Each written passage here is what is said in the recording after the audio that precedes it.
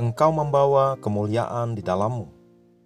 Bila Tuhan sudah membangun Sion, sudah menampakkan diri dalam kemuliaannya, biarlah hal ini dituliskan bagi angkatan yang kemudian.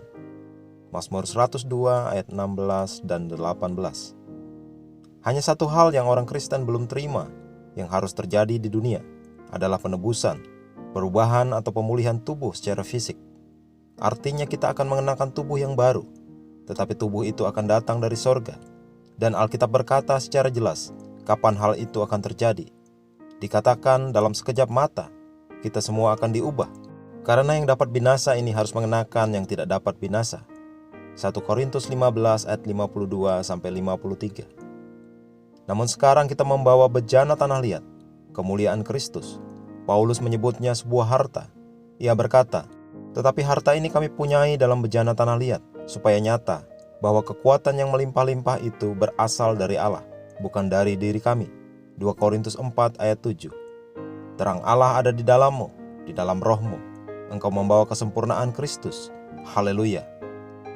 Alkitab berkata, sebab Allah yang telah berfirman, dari dalam gelap akan terbit terang.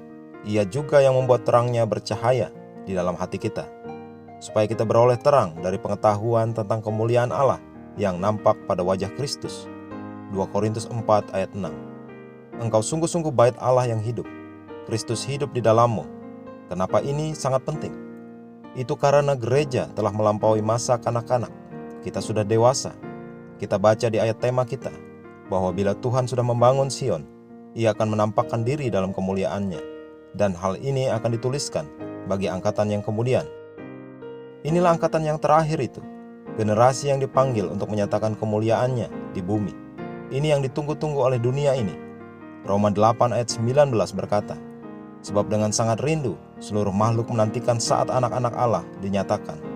Kita sedang bertugas, kita sudah mengambil wilayah kekuasaan, mempengaruhi dunia kita dengan kemuliaan Allah. Mari kita mengucapkan pengakuan. Ketika aku merenungkan firman, aku terus-menerus diperbaharui. Bukan hanya berjalan dalam kemuliaan Allah, aku adalah kemuliaan Allah. Dengan kemuliaan ini, aku mempengaruhi dunia hari ini, mengubah keadaan yang tanpa harapan, dan bersinar lebih terang di dalam dunia yang gelap. Aku tidak akan pernah terkalahkan. Haleluya.